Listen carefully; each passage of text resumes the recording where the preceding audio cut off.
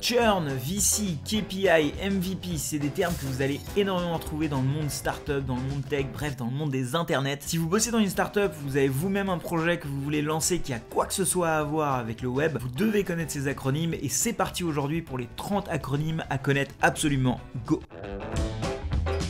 Alors quand un site est responsive, c'est quand il peut aussi bien s'adapter sur votre écran de bureau que sur votre écran mobile. C'est ce qui fait qu'un site est adaptable, donc responsive. Alors UI c'est User Interface et UX c'est User Experience. C'est deux termes qui sont très connus pour désigner un petit peu quelle est l'expérience qu'on va donner à notre utilisateur et souvent on va avoir tendance à retrouver ces termes quand on va discuter avec des gens qui vont faire notre site web ou notre application mobile. Un hackathon, c'est comme un marathon, c'est qu'au lieu de courir pendant des heures, on est en train de coder pendant des heures. J'ai fait pendant un petit moment des hackathons un peu partout dans le monde et c'est en gros des développeurs qui se réunissent pendant un week-end pour coder quelque chose. Et il y a même des boîtes qui sponsorisent et organisent ces hackathons maintenant. Bot, ça veut dire robot. En fait, c'est un petit programme qui va faire des petites actions automatisées. Donc typiquement, on a des bots Instagram, des bots Twitter qui vont aller follow des gens ou liker les tweets ou les posts des gens. Et c'est ce qu'on va appeler un bot Twitter ou un bot Instagram par exemple. Et il y a des bots en tout genre. En parlant de bots en tout genre, il y a les chatbots, c'est des petits robots qui vont parler à votre place. Donc c'est des robots qui vont permettre de chatter. Ou en bas à droite des sites web, il y a ce petit qui va apparaître et qui va permettre d'avoir une conversation, mais pour auto-qualifier cette conversation, on fait appel à un chatbot qui va chatter avec nous. On peut appeler ça de l'intelligence artificielle. Le FOMO, c'est le Fear of Missing Out. C'est souvent quand on est en train de désigner si on doit aller à une soirée et qu'on a le FOMO, c'est un terme plutôt américain, c'est on a peur de louper quelque chose. Les stand-up meetings, c'est ceux qui sont organisés tous les matins dans les startups. Le but, c'est de synchroniser un peu tout le monde. C'est une réunion comme une autre, sauf que généralement, elle dure entre 5 et 15 minutes. Et le but, c'est juste de mettre tout le monde d'accord sur ce que tout le monde va faire. CEO, c'est Chief Executive Officer, directeur général. CPO, c'est le Product Officer, celui qui va gérer le produit. Le CFO, c'est celui qui va gérer la finance. Le CTO, c'est celui qui va gérer toute la technique. Le COO, c'est celui qui va gérer l'opérationnel. Bref, on a souvent tendance à voir, même dans des startups de 2-3 personnes, qu'il y a des CEO, des CFO, alors qu'ils sont juste 2-3. En réalité, c'est quand même des postes qui sont amenés à gérer des gens, mais on peut en voir un peu partout.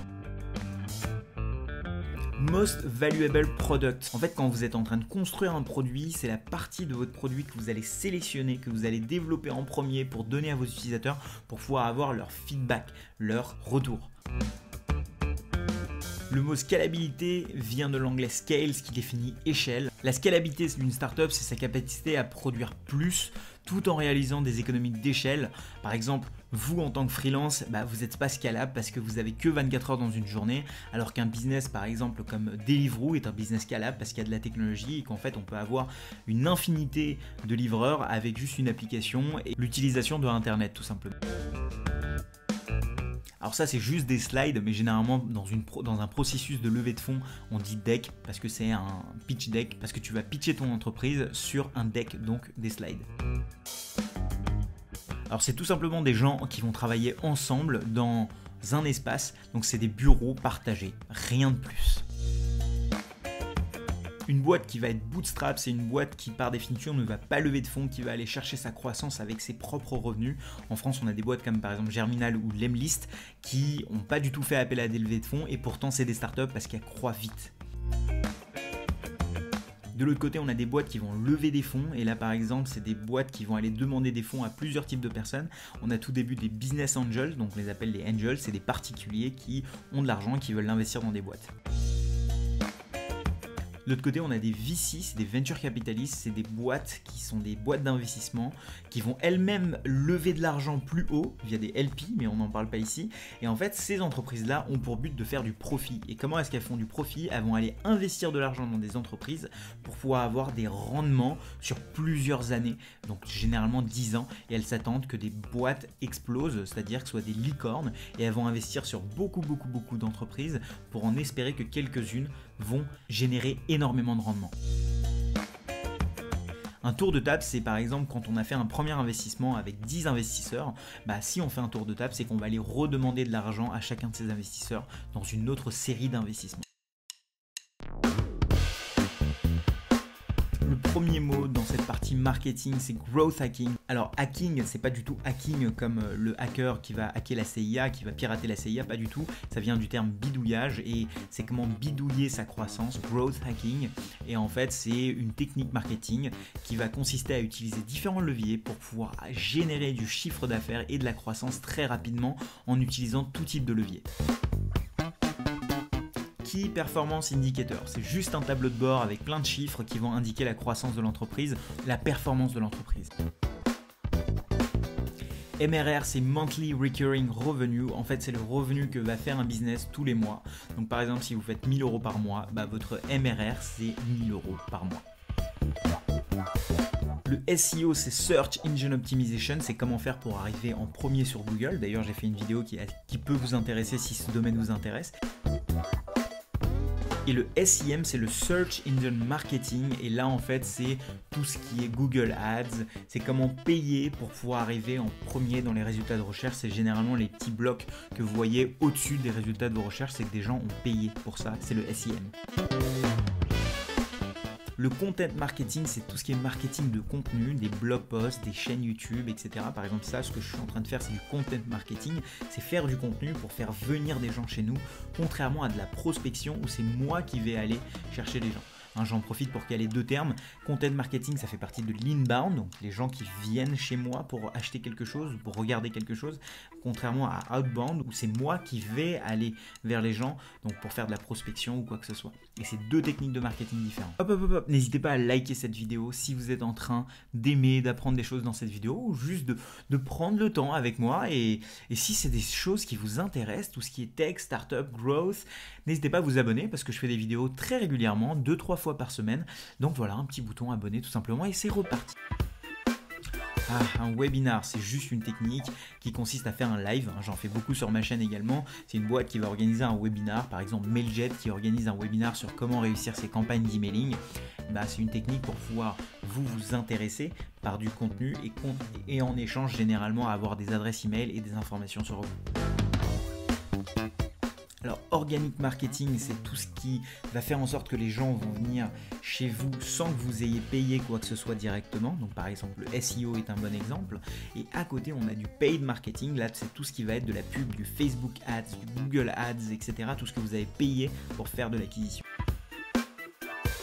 Call to action, appel à l'action, c'est tout simplement des gros boutons que vous voyez sur des sites web qui vous disent cliquez ici, ça c'est un appel à l'action. D'ailleurs j'ai fait une vidéo sur les landing pages si ça vous intéresse et notamment un des conseils c'est d'avoir dessus des appels à l'action, notamment qui redirigent vers la même chose. Donc un appel à l'action c'est typiquement un gros bouton en disant sign up, inscrivez-vous par exemple.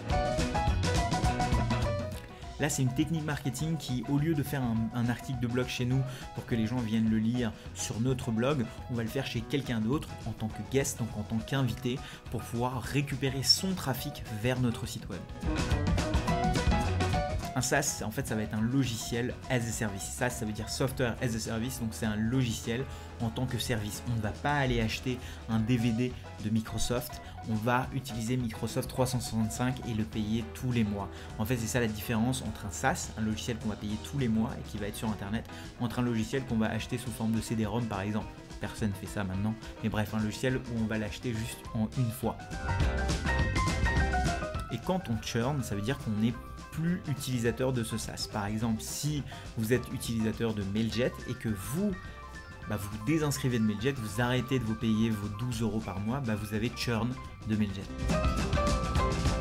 Alors automation, ça veut tout dire, ça veut tout simplement dire automatisation, mais généralement dans le monde du marketing, quand on dit marketing automation, c'est généralement quelque chose qui va faire des actions automatisées dans le but de vous marketer quelque chose. Typiquement du email automation, c'est premier jour vous recevez un email, deuxième jour un autre email, septième jour un autre email, puis si vous n'avez pas cliqué, vous recevez un autre email. Bref, tout ça c'est du marketing automation. Cold email vs marketing email, c'est deux choses différentes. Un marketing email, en fait, c'est une newsletter que vous êtes inscrit pour la recevoir. Typiquement, vous êtes inscrit pour recevoir la newsletter d'IKEA. Et un cold email, c'est quelqu'un qui va venir vous prospecter sans même vous avoir demandé l'accord. Et en fait, un marketing email, il va être plutôt joli avec des images, etc. Et généralement, un cold email, c'est juste du texte. Et c'est quelqu'un qui vous envoie juste un email pour vous prospecter directement sans vous avoir demandé l'accord initialement. J'espère que ça vous a plu, j'espère que vous avez appris des choses. J'ai fait cette vidéo d'une traite, je suis très content. Ça faisait longtemps que je voulais faire celle-là. Mettez-moi en commentaire quels seraient les potentiels autres sujets ou autres mots que vous ne comprenez pas et je ferai ça avec plaisir. Et surtout, il y a d'autres vidéos sur ma chaîne qui parlent plus ou moins des mêmes sujets, donc aussi bien des lives avec pas mal d'entrepreneurs que j'organise, ou alors des vidéos sur le marketing, sur le growth, ou en tout cas sur le no-code en général. Si ça vous intéresse, n'hésitez pas à vous abonner et on se revoit très bientôt dans la prochaine vidéo qui arrive bientôt. Ciao ciao.